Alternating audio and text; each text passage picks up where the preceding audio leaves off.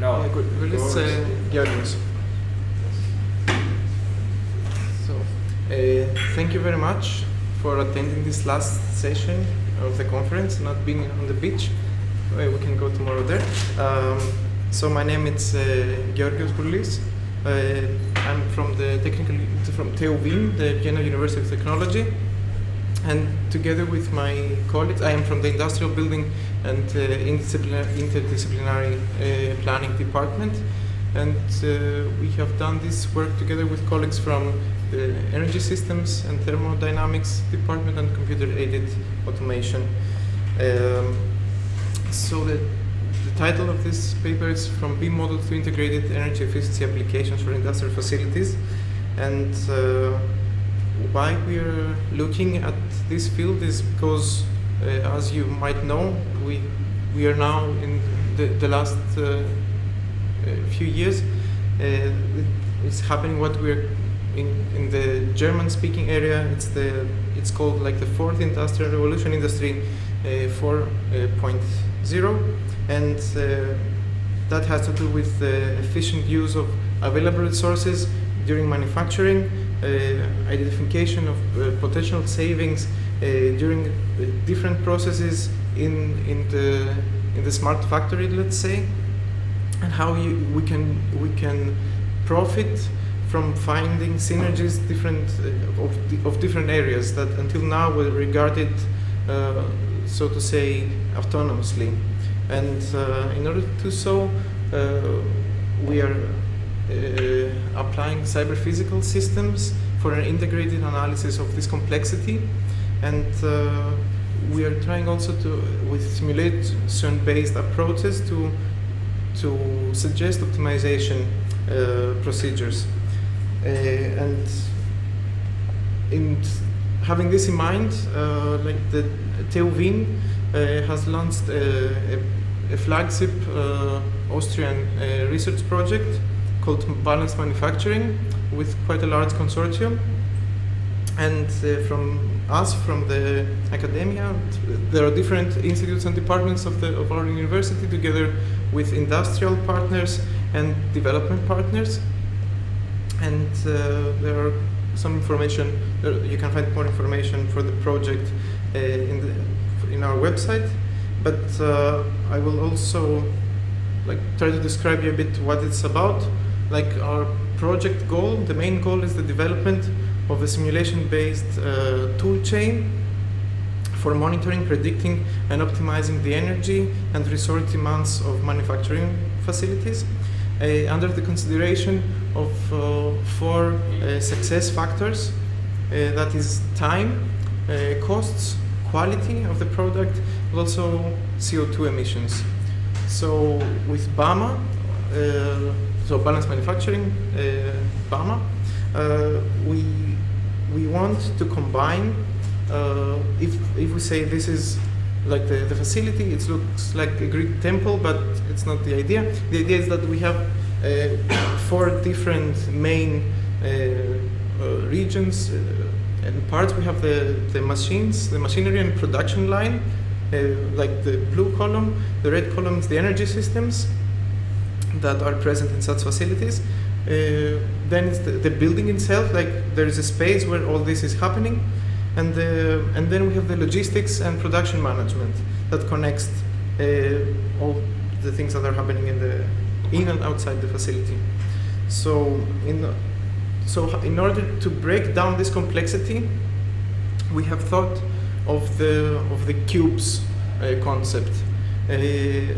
Cubes are basic models for system analysis. You can imagine them as black boxes that they receive input and deliver some output, and inside there are variables and parameters that are predefined, or the user can also define them, but the whole logic is to be as simple as it can be.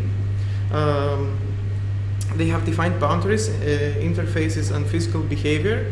They represent actually physical things in the facility. They contribute to the energy balance, and they have a virtual counterpart. I will come to that just after.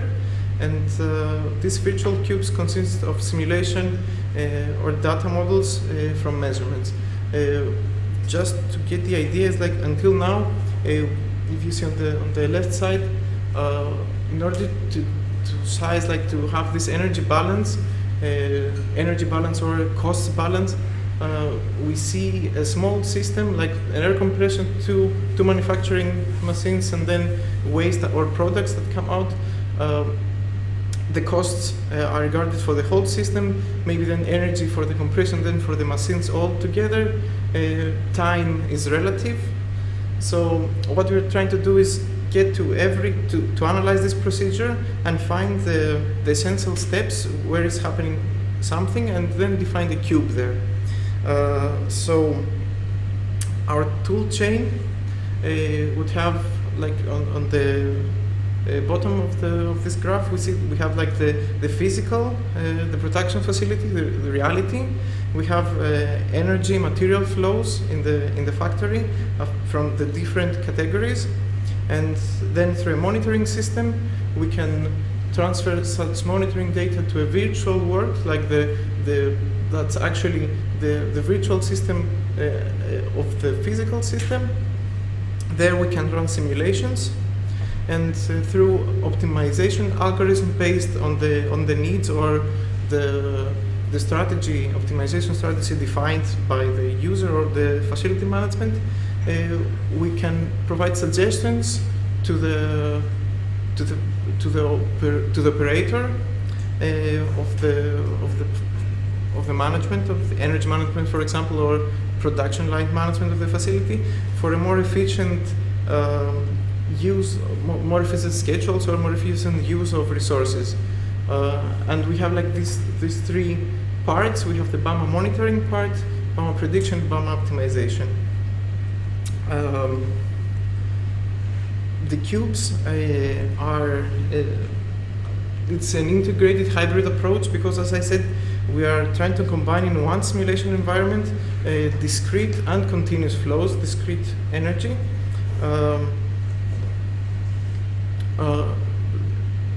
energy and material flows, and we are based for that on the discrete event and differential equation system simplification formalism as of Ziegler. And these cubes are modular and reusable, and they are interconnected and influence each other. So for getting a closer look to the building part of this whole environment, we have been trying to do, we have some BIM models of existing facilities.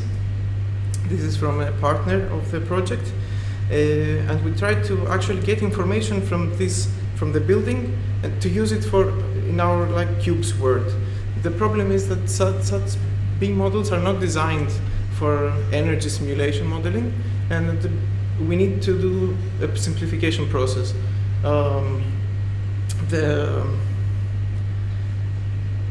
In that case, like in the previous study, we have seen, we studied like how we can get from a Revit model to an Energy Plus model.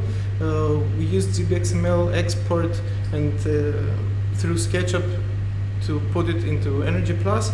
That is not really working correctly. It has really a manual effort, and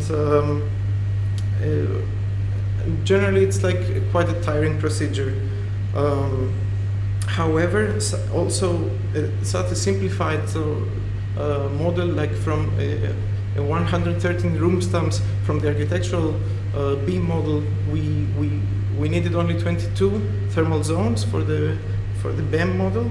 Even this one, for these cubes, the first like test for the cubes was too much, so we scaled it even further down. With a prototype model that a very simple like new geometry, however keeping the main space functions what we have in such a factory, and the variety of envelope constructions and space conditioning. But this cannot evaluate the performance of the original building. I have 1 minute because I think I'm only speaking 10 minutes. 15. Yeah, but it's. Do I have only 1 minute more? Or don't we give 5 minutes for the? It's 15 presentation, 5 question. Okay. So I have 5 more Then minutes. you have 5. Yep. So, this is the cubing process, as we call it, of this simple facility. We have 4 thermal zones. The green parts which represent like the building. In each thermal zone is a cube that actually it has an energy consumption. That's why we use it for an energy balance. And we have like the production hall, where there we have other cubes. As production, blue are production cubes, and purple are logistics. This is like a small baking facility, so we have the mixing of the products, and we split it. It either goes to the oven to be baked, or for a deep freeze, and then it goes out to distribution, or goes to the cold storage. That's a separate zone with a permanent temperature of 4 degrees. And we have also administration offices. The red cubes are like the energy systems that are needed for the simple test prototype. And in order to test this hybrid approach with discrete and continuous flows, we did like a comparison for a typical day of production, and the big differences in the BAMA approach with the cubes. We have a detailed plan of what is happening in the facility, and we define the state of production and logistic cubes. On the other hand, for the Energy Plus model, that's a validated, so acknowledged tool for energy simulation, actually building and representing all these features of the manufacturing procedure is not so easy. So there we can work with these average manufacturing loads that are provided from the production management, so how many hours the machines work, and like based also on the plan. At that moment we wrote the paper, the BAMA hybrid approach had only conduction, heat transfer calculation. Now we have added convection and radiant heat transfer, and also a big difference is that the windows at the time was really like the first phase was not considered as transparent elements but as opaque elements, so we don't have solar gains considered in the BAMA hybrid at that moment. And also we didn't consider lighting and ventilation, and on the one hand, as I said, a full energy production and request and demand of these production cubes. On the other one, for the Energy Plus simulation, we had only a static average approach for these processes, and as we did like a simulation for a winter case and a summer case to see the differences. And here we see the results that we get. Like the blue line is the BAMA hybrid, the red dust line is the Energy Plus, and here we see actually that the BAMA hybrid we get like the energy flows, but also how the production machines influence the thermal zone. Like they emit heat, and we see like really during the hours of the day when something is happening, when we have more heat emissions than others. And we see also that about 4 o'clock production is already done, and the plan was to be until 6 o'clock. So this is a part when also we can save energy if we shut down the production and don't waste the standby energy for the machinery. And so that means that in reality, the BAMA approach predicts more energy gains than this static average approach that we used to do, and it's imported for Energy Plus. And to compare the energy demand results, we saw some deviations, of course, because as two models were quite different at the moment. And this is, for example, for the winter, like on the left side, the energy, the BAMA model predicted less energy demand than Energy Plus because it didn't have solar gains.